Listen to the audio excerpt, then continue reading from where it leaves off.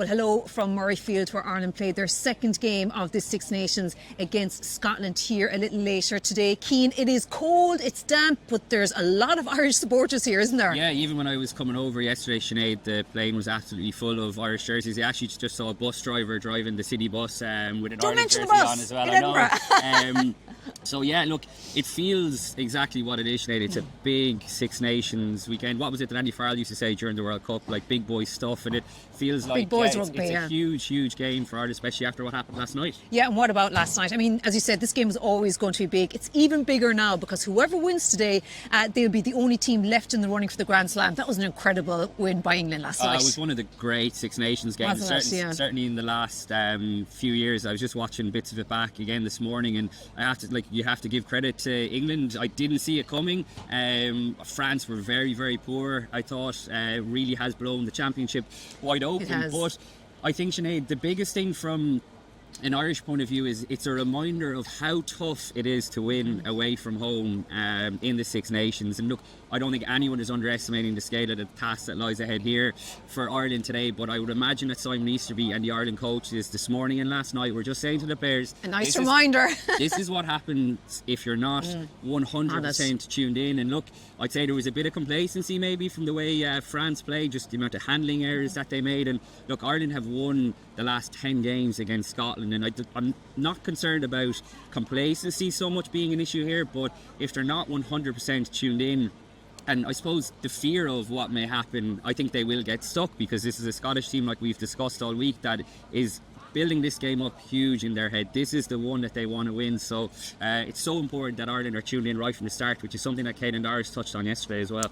And we were here yesterday when the news broke about Calvin Nash obviously in for the injured Mack Hanson.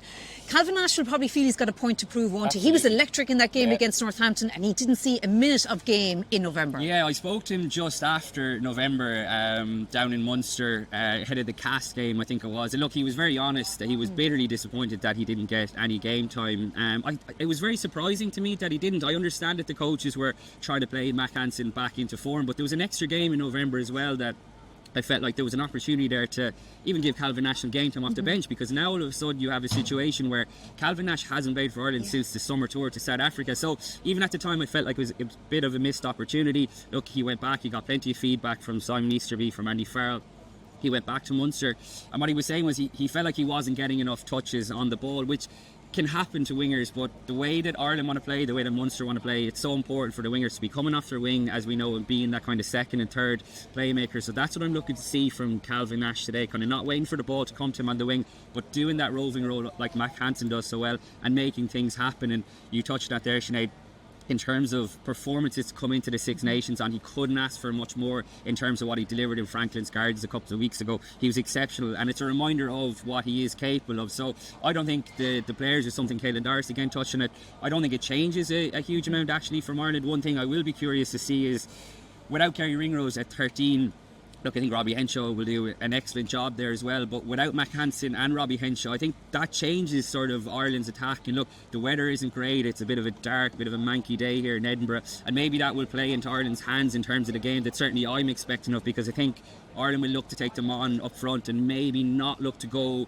as wide as they did against England, which obviously that's where they hurt them so much. So fascinated to see how it plays out. A penny for Scotland's thoughts right now, because we all know the record that they go into with this game. There's certainly been the sense that they've been trying to play down any kind of sense of kind of needle. You know, Gregor Townsend was talking about it earlier this week. What's your sense of where they are? And you know, they'll, I'm sure, be fairly motivated by what they saw last night. I'd imagine what they're saying publicly and privately is very different. I mean, it was even funny to hear Rory Darge yesterday showering praise on Peter O'Mahony. I find it hard to believe that that's what they're saying in their team meetings. And look, Caelan Doris touching it as well, just to go back to him, that Peter O'Mahony has been setting the tone behind the scenes all week as well. It's a big opportunity for O'Mahony as well. I think, you know, when the team was named last week and he wasn't in the 23, you were kind of thinking, is this the changing of the guard kind of happening in front of our own eyes? Ryan Baird didn't quite nail down that opportunity. So look, Scotland are building this one up in their head. Hugh Jones said it immediately after their win last weekend, that Ireland is the one that they want. And look,